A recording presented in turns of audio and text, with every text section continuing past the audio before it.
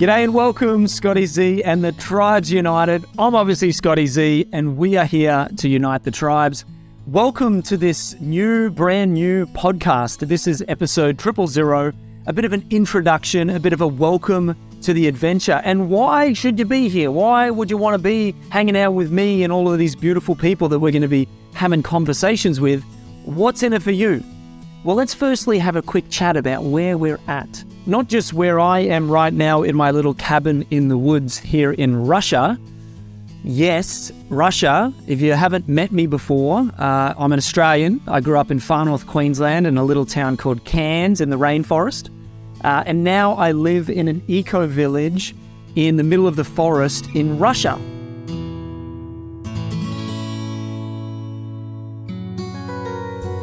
I've been traveling the world for the last 20 years on a bit of a spiritual adventure, let's say. Quick backstory, 19 years old, I found myself facing court with some pretty serious charges against me. The hammer fell and I was convicted of break and enter, theft, willful damage, and I even got a common assault conviction. Before that, I was a very, very good kid. I was school captain. I was head of the rituals and ceremonies committee at this very posh Catholic school. I just received my black belt in karate. I was giving the valedictorian speech at school, or what do we call that in Australia? I was a good kid. I was just, unfortunately, very misguided from the end of school. For a couple of years there, from 17 to 19, I went off the rails. I fought against society.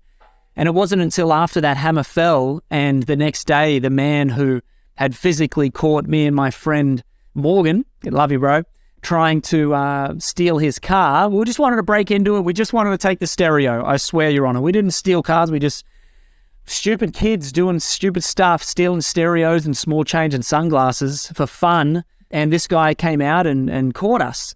Not before he tried to hurt us, and he did hurt my friend, and he tried to hurt me, and that wasn't going to happen, and hence the assault conviction.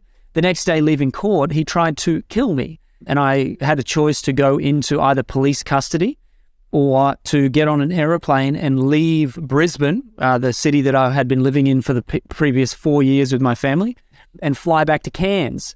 And so my dad recommended the second option. He said, don't worry about police custody, get on a plane right now. My dad worked for Qantas, which helped me to travel the world in the 20 years past that, probably 15 years before he retired.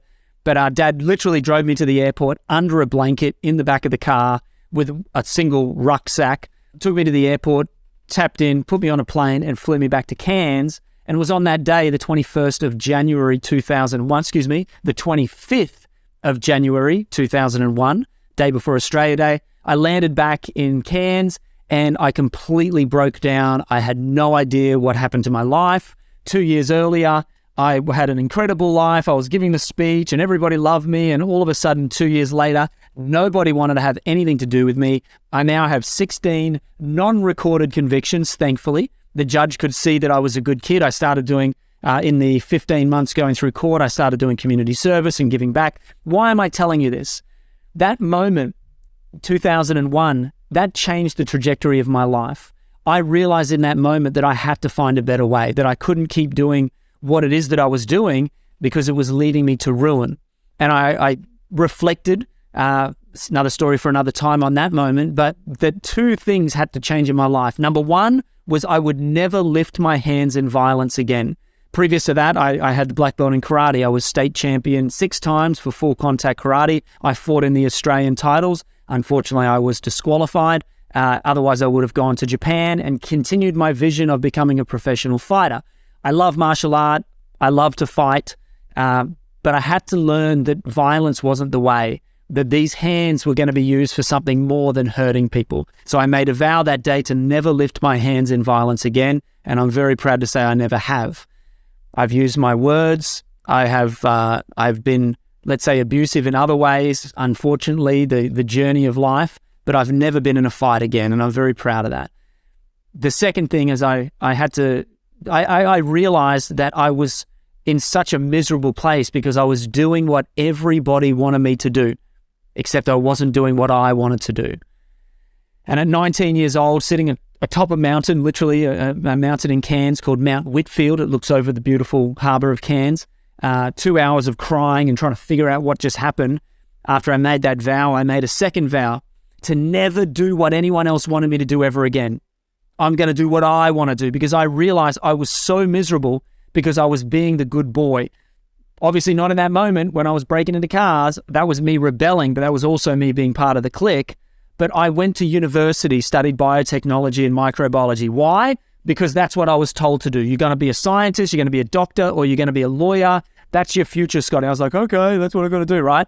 I was doing all of these things. I was being the good guy because that's what the world was telling me I had to be. After university, I did 1.5 years of university. Then I got a job in sales. Within 4 months, I was managing Vodafone stores. I was on 6 figures a year, making money, bought a sports car, didn't know what else to do. But that's what you do in society. You make a lot of money, right? So I started making all this money, absolutely miserable because of it.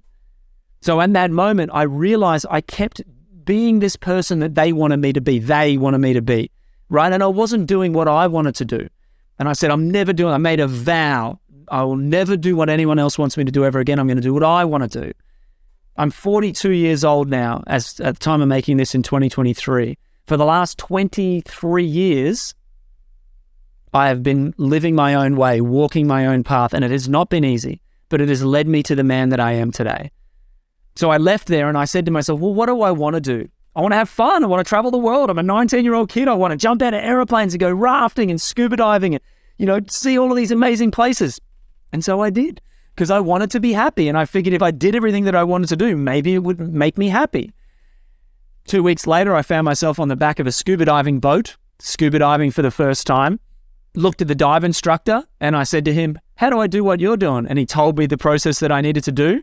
Long story short, I spent the next 2 years scuba diving every day on the Great Barrier Reef. I become a multi-certified dive instructor with 10 specialities. I never do things in half. If I'm going to do it, I do it, right? Within a year, I was running the largest introductory scuba dive boat in the Southern Hemisphere. I then went on to the overnight boats, and then I went on to the expedition boats where we were doing trips right up to the top of Australia. And it was absolutely incredible. During that time, I fell in love with other cultures because there's a lot of tourists come to the Great Barrier Reef where I was living, and I started learning different languages, and I decided that I was going to learn a second language. So I moved to Japan. That started my international travels when I was 22 years old. I learned fluent Japanese to the point where I'd be on the telephone speaking Japanese, and it wasn't until a few minutes in when I would sort of stuff up a word here or there that the Japanese on the other end would be like, are you gaijin? Are you a foreigner? Oh my God, you sound Japanese. I got it that good. My relationship, my business, or my work, was in Japanese, right? So language was really fun for me. I then started on a really deep dive spiritually. At 20, when I decided to be happy, I started to meditate, right? And maybe you meditate now, and if you don't, I'd encourage it. And in the Tribes United podcast, we're going to have conversations with people that will bring you some of this wisdom around meditation, around healing, around who we are in this reality. These are the sort of conversations we're going to have. But I wanted to introduce myself a little bit. So 20 years old, I started scuba diving. I went to my first workshop. This guy, Michael DeMacchio Rowland, he passed away a couple of years ago, my first spiritual teacher, taught me about meditation. Talked about the book Autobiography of a Yogi. It is actually on the shelf, the same book that I read 20-something years ago. It's traveled the world with me. And that book changed my life because I believed everything that Paramahansa Yogananda was talking about. So I got into meditation and I got into yoga. I stopped fighting, no more violence, and I started yoga 20-something years ago, right? And I loved it. I loved meditation. I loved learning about myself and going down this rabbit hole. So I had this one life, me adventuring and traveling and having fun. And the biggest part of me, though, was in meditation and learning about the reality that we live in and who we are. So after Japan, in Japan, I got introduced to Kiko in Japanese. In Chinese, we call it Qigong.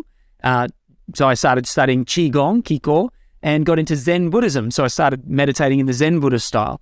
And I just went down this rabbit hole. I then moved to Hawaii, where I had my walkabout, which I'll talk about in an episode coming soon, my 31-day circumnavigation of the Big Island of Hawaii, which was my rite of passage. At 23 years old, I was guided intuitively to find my purpose and place in the world. aka the Tribes United, to bring the beautiful family back together. That's all I've been doing for the last 18 years of my life, is working to do exactly what I'm doing today, is to help bring people together, to send my pirate signal, to send my pirate signal from the eco village here in Russia at this crazy time in life where Russia is standing up for the freedoms of the world. Yes, we're going to go deep about Russia as well, and why I'm here and why I stand with President Putin and the beautiful Russian people against the globalist agenda. And me sending my pirate signal is about helping us to come together, to bring us together. After Hawaii, I came back and I became a sea kayaking guide and whitewater rafting guide. For 2.5 years, I lived in the rainforest, rafted and kayaked every single day in Japanese. So I was guiding Japanese tourists, obviously spoke Japanese at that stage, deeper into meditation, deeper into understanding who I really was. And it was at that stage I was teaching a lot when we were on the river about spirituality and about what I was learning and relating it to nature, because I was realizing my journey down the river every day was actually a metaphor for the journey of life. And we're all leading back to the ocean of bliss, which is what the Buddha talks about, right? The ocean of bliss. That's all we're going back to. And this river of life, nature itself is who we are. And so I started teaching this while I'm on the river. These guys are just coming for, in Japanese, mind you, a lot of the time. These guys are coming to do a rafting trip, and all of a sudden they've got this like spiritual seeker in his 20s teaching them about how nature and how life works. It was just fascinating following the journey. I then headed back I was in Thailand, I headed back to Japan, and I got invited by a guy I met in Hawaii to come out to California and host a television show, an action sports TV show. And I started pitching a TV show idea called Walkabout, which was taking at-risk teenagers, like I was an at-risk teenager, obviously the criminal convictions, and then taking them into nature using adventure sports to help them break through and find their purpose and place in the world, which was what my Walkabout was in Hawaii when I was 23 years old. I hope this is an interesting story for you. So in California, because there's so many places I've been, in California, I was pitching this TV show, developing this concept, found an exec producer. They wanted to produce it, but I got introduced to the journey that I've been on now since 2008. This was 2007. I was in California, was thought leadership. And I found this movement of people that were getting on stage, the Mark Victor Hansons, the Tony Robbins of the world, the people from The Secret, who I was hanging out with in California through the Agape Spiritual Center. Again, another story for another time. And I got introduced to this idea that I could get on stage, or what is today's social media stage, and I could speak without having to deal with Hollywood, television channels, big money, executive producers. Facebook, I just got onto Facebook that year, 2007. I'd already been on MySpace making videos. I had a blog, scottyze.com. You can head over there right now. Scotty with a YZE.com. That's the home of the Tribes United for now. So I'd already been doing this, and then I got introduced to that this is actually a life that people live. So I moved back to Australia at the start of 2008, and within a few months, I found myself living in Singapore on the phones, selling personal development and professional development programs and workshops to people around the world.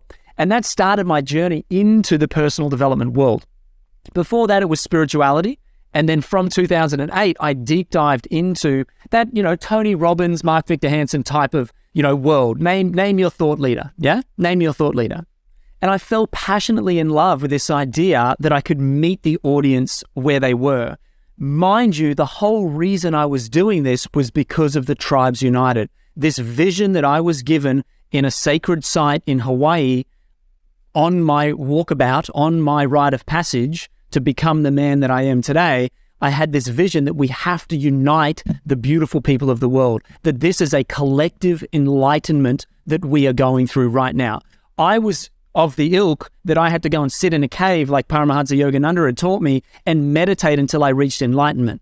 At 23 in Hawaii, in the heiau, I talk about this in an upcoming episode, that I got given this vision that we were all, think of like candles of light in an auditorium. And as all of those candles of light started to come together, there was a flash of white light that took me and everybody into a state of oneness, into a state of enlightenment. But I wasn't able to achieve that alone. It was all of us together, these white lights in this auditorium. And so 2007, I'd hosted my first gathering.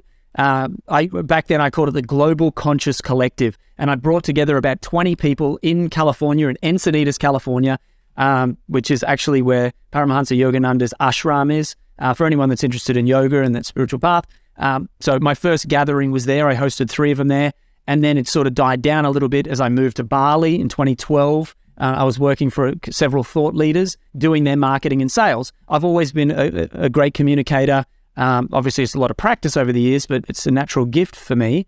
And I was invited in to work with these thought leaders to help them with their marketing, help them with their sales, help them with their back of the room, at their workshops, at their retreats.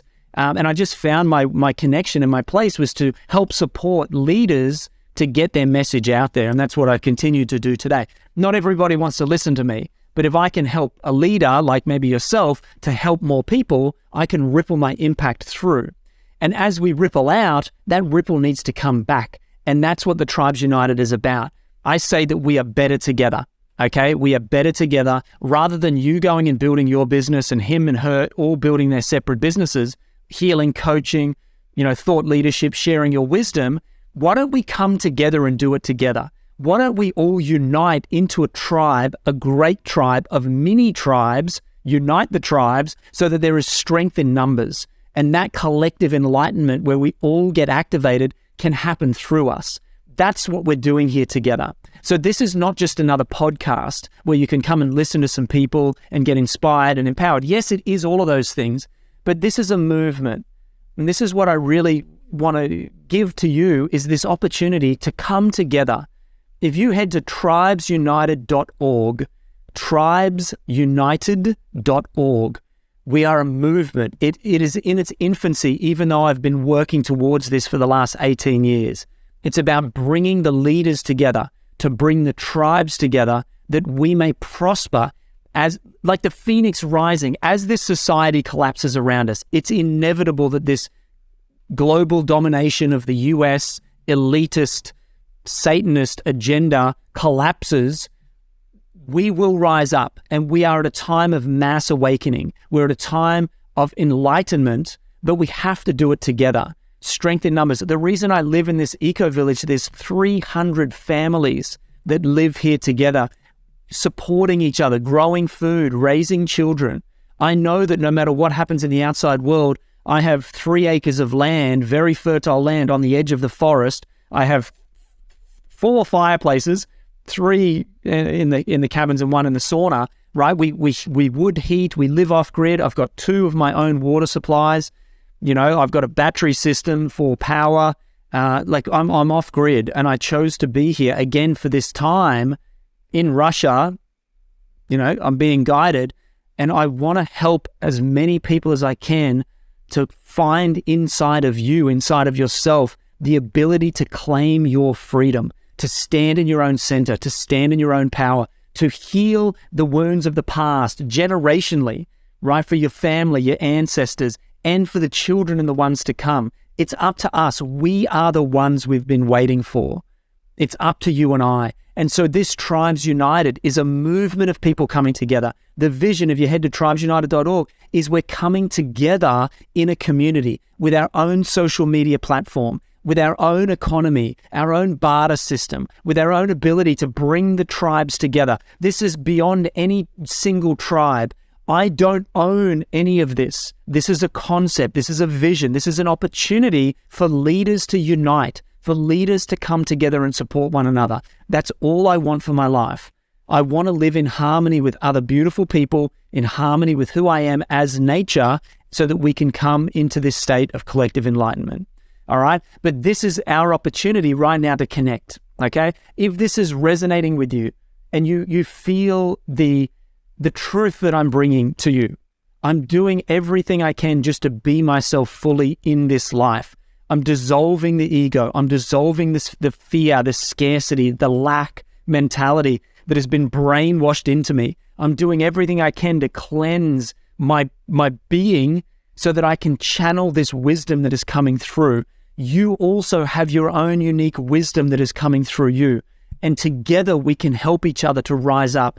There's going to be great interviews, great guest speakers that come into the Tribes United. Join the conversation, get involved, Share this on social media. Head to tribesunited.org, join the movement, join the community. All right, get a part of what we're doing here, because over the next few years, community is going to be the only thing that matters. As this banking system collapses, as the world does its thing, there will be a group of people right here together that will rise through the ashes. That is what this time is about, but we have to do it together. The symbol of the Tribes United is the flower of life or the seed of life. Both are the same. The seed of life is one small part of the flower of life. These intersecting circles are actually spheres. We represent it 2D as circles, and these circles overlap there into what is called the Vesica Pisces. We're in the age of Pisces, the two fish. I'm actually born Pisces. I'm Pisces Aquarius cusp, the same as what we're moving through now. We're moving from Pisces to Aquarius, 21st of February. So this Vesica Pisces, this overlapping of these two tribes, these two circles, is what creates the bond that creates the fabric of reality. Molecules coming together. Remember when you're a kid at school and, H2O and the two H's are like embedded inside of the oxygen, right? So that embedding, that overlapping, that Vesica Pisces is the strength, the bonds that hold life together. And the flower of life is represented across all cultures as the fabric, the matrix that we live in. We must recreate the flower of life in our community. And so your tribe, if we're going to throw a really great party, think of it this way. If we're going to throw a really great party, I'll say, hey, go and invite 10 of your mates. I'll go and invite 10 of my mates and 10 of his friends and 10 of his friends and 10 of her friends. And all of a sudden, we got 50 people to come together. And some of your friends and some of my friends are just going to vibe. We're talking best friends for life. We're talking, one of his friends and one of her friends, all of a sudden they're getting married. They love each other. And all because each of us said, hey, let's throw a party together. We're better together. Bring 10 people each and we got ourselves a party. Welcome to the party. That's what the Tribes United is. It's the party. It's the global party coming together. Your tribe right now. Maybe you're a healer, a leader, a speaker. If you are, let me help you. I will help you speak. I will help you bring your people to you. And all I ask is bring them together. Come together. You don't have to. It's up to you. But I tell you, abundance is the future. There's no scarcity. There's no competition. Your unique vibration is so unique that those that are here to work with you will work with you. Let go of the idea of scarcity. It's man-made. It's not real. This is it. This is the journey. Together, we're better. The Tribes United. Okay, we are the ones we've been waiting for. This is a collective enlightenment. Here's the next step. I've already told you number one, head to tribesunited.org. Go and get registered, whether it's just the email list or we've already launched the social media platform. Go and get involved so that you're part of this movement, part of this community, okay? Second is wherever you're watching or listening to this, like it so that the algorithm of social media pushes this out to more people. And the second thing is subscribe, okay? Hit the notification bell if you're on YouTube or whatever. Make sure that on the podcast, you subscribe to this so you get the notifications. That's the second thing, is make sure that you get this information and this wisdom. We're going to be bringing massive downloads for you from beautiful people, part of this movement of awakening freedom, okay? The final thing that I'd ask you is bring your tribe, okay? Share this with your tribe, whether that's one person, whether that's you can share it on social media and reach 1 million people, whatever it is. The only way that this movement moves is if you help to move it, okay? This is not about the power of Scotty Ze, all right? I'm Scotty Ze. Nice to meet you. We are the Tribes United. We are the ones we've been waiting for, okay? So I ask you, if this resonates with you, share this out in your Telegram channel, your Facebook, your Instagram, your Rumble, your BitChute, your wherever. Share this. YouTube, share this.